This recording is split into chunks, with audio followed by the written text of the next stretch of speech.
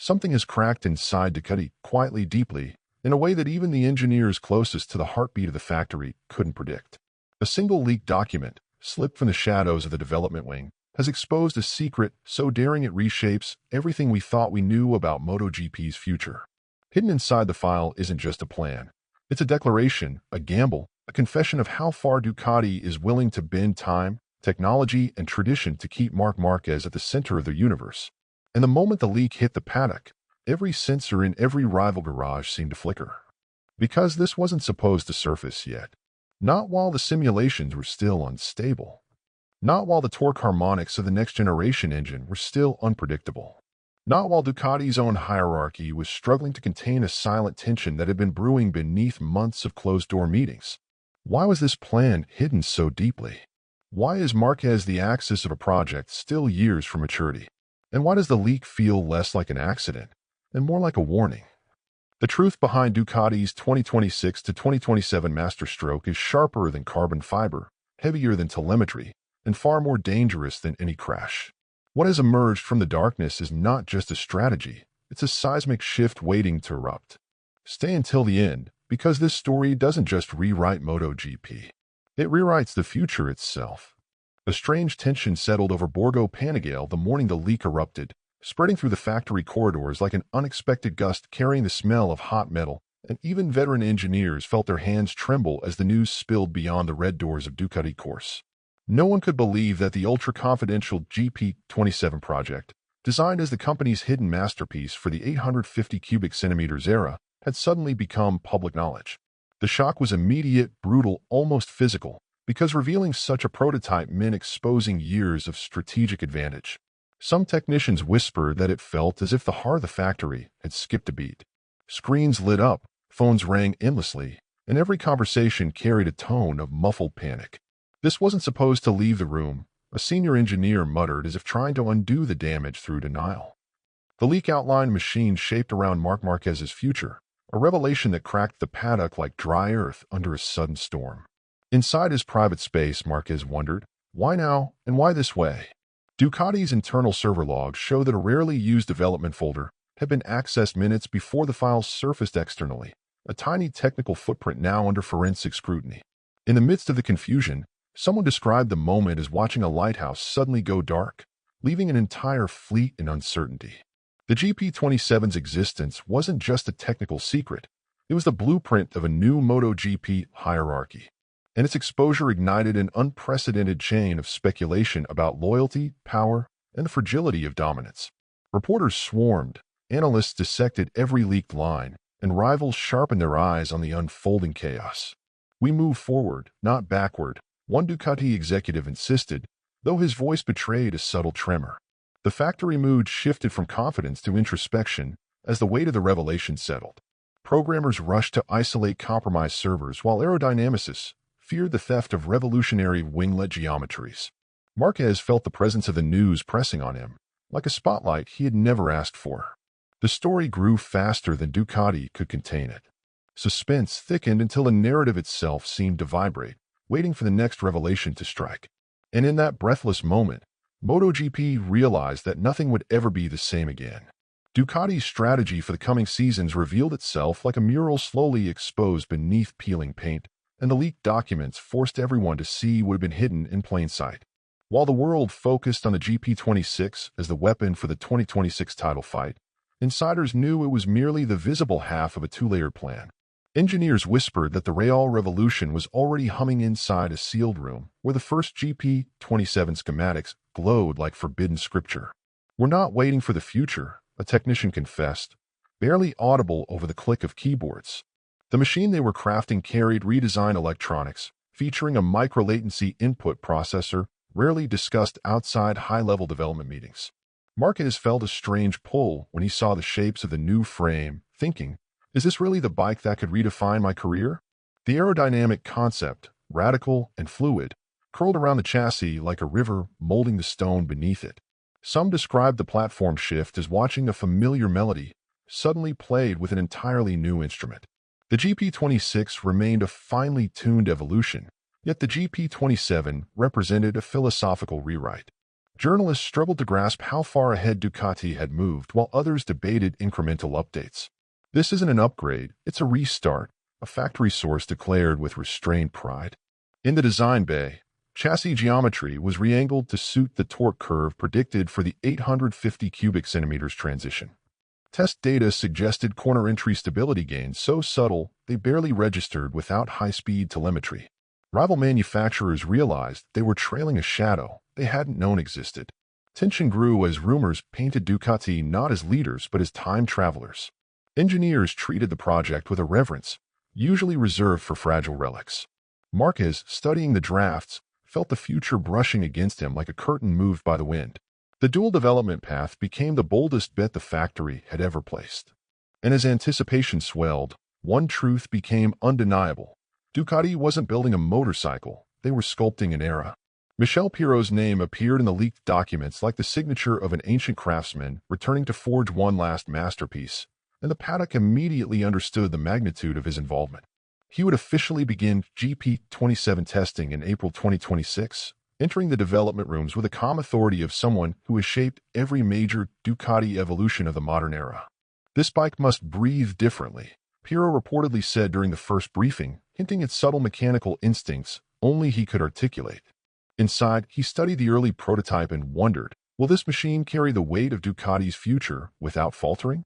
His sensitivity to micro-vibrations, down to fluctuations under 0.6 G, became a crucial technical asset in early chassis refinement. Months later, Nicolo Bulega joined the program, stepping into the project with the sharp, youthful confidence of a rider unafraid to bend the limits of a test bike. His approach contrasted Pirot's, meeting corners with an intensity that engineers compared to a flame seeking oxygen. Bulega carried superbike aggression into MotoGP development, revealing stress points that would have otherwise remained dormant. "Let me push it harder. It needs to show me its flaws," he told the crew after his first run. Together, they formed a rare duality. Pirot the sculptor of stability, Bulega the extractor of hidden weaknesses. The factory felt the balance shift as their feedback began reshaping the GP27's identity. New Era exhaled its first breath. The leak detonated across the paddock when Marc Márquez's message surfaced, revealing a sentence that felt less like a comment and more like a tectonic shift in the sport hierarchy. "I want to see the direction of the new bike's development before deciding my future," he declared, a line that echoed through Borgo Panigale with the weight of a verdict. Executives stiffened as they read it, realizing the 8-time world champion had placed Ducati on the edge of a razor. Inside his brief silence after the statement, Marquez thought, "If they want my loyalty, they must show me their truth." Engineers knew he was referring not to promises but to the GP27's soul, the unseen interplay between torque curves, load transfer, and the bike's new aerodynamic signature. The message hit Gigi D'Aligna like a quiet storm sliding across a glass surface. Marquez had become the gravitational center of Ducati's future, pulling every decision into his orbit. His demand wasn't driven by ego, but by a visceral understanding that careers are measured in seasons, not decades.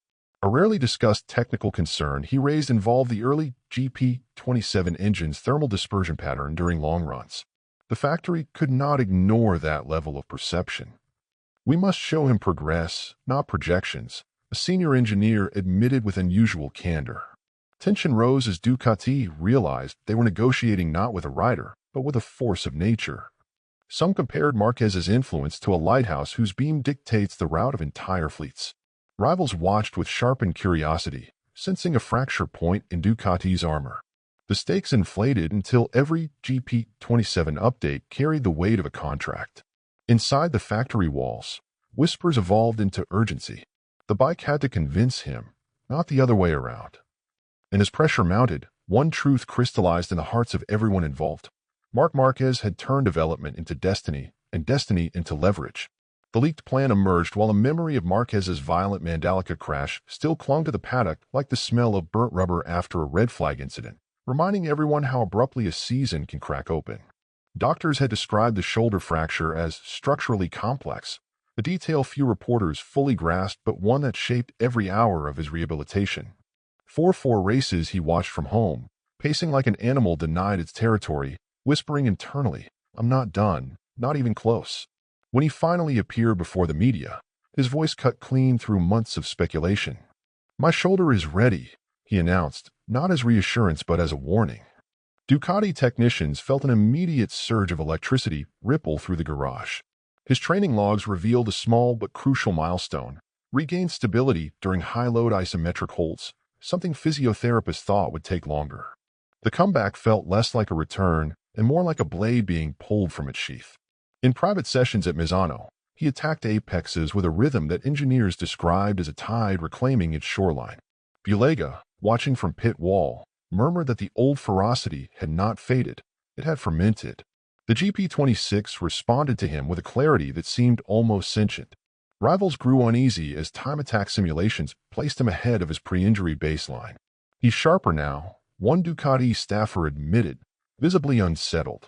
Marquez himself felt the bike hum beneath him with renewed complicity. His sweat smelled of effort mixed with promise.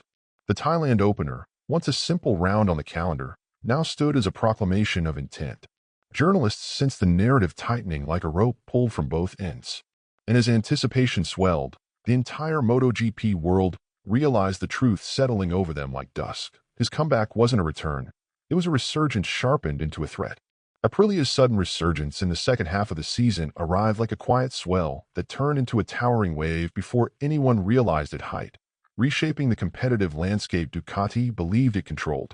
Their rebuilt RSGP emerged with a new engine that delivered smoother mid-corner torque distribution, a detail only hinted at during internal debriefs. Engineers across the paddock felt the shift before the standings even confirmed it. They found something big, whispered a Ducati analyst after studying back-to-back race traces. The bike's revised aero created a stability profile that unsettled Ducati's aerodynamicists.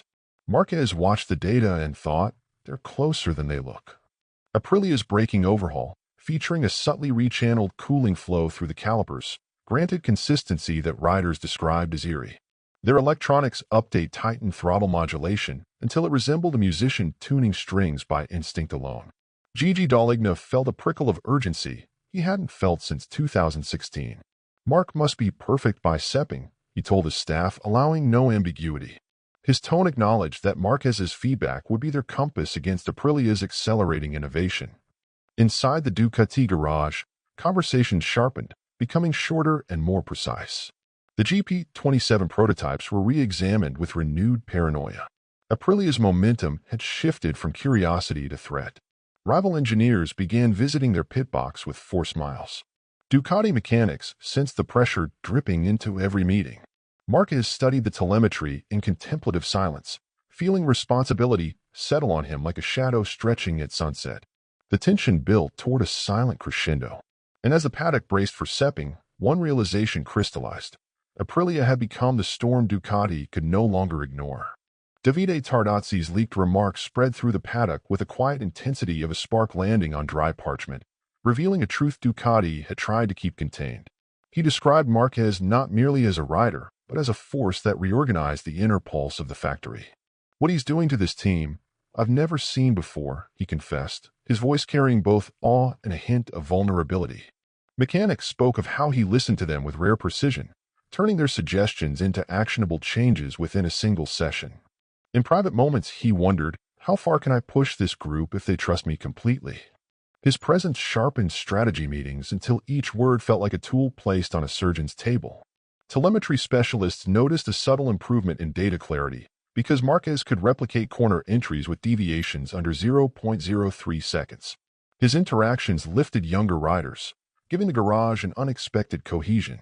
One engineer compared him to a lantern in a foggy harbor, guiding every ship toward the same direction. Tardozzi admitted that Marc's maturity stabilized tension before it could ferment into conflict. The factory atmosphere thickened with purpose each time he walked in. Even the GP26 development runs gained rhythm from his structured feedback loops. He simplifies complexity, a crew chief murmured with admiration. The riders around him began adopting his discipline almost unconsciously. Ducati realized they were witnessing not performance but transformation. The staff worked longer, yet with lighter hearts. His energy ricocheted through every department like sunlight touching coal machinery. And as Tardozzi's words continued circulating, one truth settled over the paddock. Marc Márquez had not joined Ducati, he had rewired its soul. The leaked documents uncovered a political fracture inside Ducati's satellite ecosystem, revealing VR46's growing frustration with a clarity that hit the paddock like a cold wind through an open doorway. Losing satellite priority to Gresini had bruised their sense of belonging, especially after receiving fewer full-spec factory bikes than expected. Team insiders felt the imbalance widening each weekend. "We've given a lot, and now we're pushed aside," a VR46 staff member reportedly said with quiet bitterness. Their potential pivot toward Aprilia became more than rumor when early discussions surfaced between technical managers. Marquez read the reports and wondered, if the structure fractures, how deep will the consequences run? Ducati strategists understood that losing VR46 meant losing a crucial data stream used to refine both GP26 and GP27 evolutions. A lesser-known technical detail revealed that VR46 had been key in validating mid-stint tire degradation models during the 2025 season.